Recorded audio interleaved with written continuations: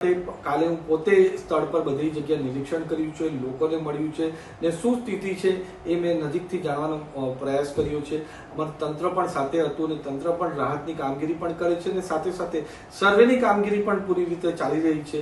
અને હંમેશા અમારા મુખ્યમંત્રી ભૂપેન્દ્ર પટેલ સાહેબે પૂરા ગુજરાતમાં સારામાં સારી કામગીરી કરી છે. જ્યારે આવી કોઈ આપદા આવે છે ત્યારે એમને મદદ કરી છે. તો પાછી અમારા મુખ્યમંત્રી ભૂપેન્દ્ર પટેલ સાહેબને હું વિનંતી કરવા માંગુ છું, લેટર મારફતે પણ એમને વિનંતી કરી છે. સાથે સાથે એમના ઓફિસમાં ટેલિફોનિક ચર્ચા પણ કરી છે કે જે આ મોટી આ તબાહી મચી છે, હોનારત જે અમારા દક્ષિણ ગુજરાતની અંદર થઈ છે, એમાં વિશેષ કરીને આપણા તંત્ર સાથે સંકલન કરીને જલ્દીથી જલ્દી જે સર્વેની કામગીરી થઈ એને માટે એક પેકેજની ઘોષણા કરવામાં આવે. જે અમારા કૃષિનો પાકનું પણ નુકસાન થયું છે એમાં પણ જલ્દીથી જલ્દી સરકારના માધ્યમથી એમને ભરપાઈ કરવામાં આવે, તાકી જે અમારા લોકોને જે આમાં મુશ્કેલી વેઠવાનો વારો આવ્યો છે એમની જિંદગી પાછી પહેલાની જેમ પટરી પર આવી જાય અને પાછું એમને સારી રીતે જીવી શકે એના માટે બધા સાથે મળીને પ્રયાસ કરીએ. કે મુખ્યમંત્રી ભૂપેન્દ્ર પટેલ સાહેબને મેં વિનંતી કરી છે. મને 100% ખાતરી છે કે હંમેશાની જેમ ભૂપેન્દ્ર પટેલ સાહેબ આમાં પણ અમારી મદદ કરશે.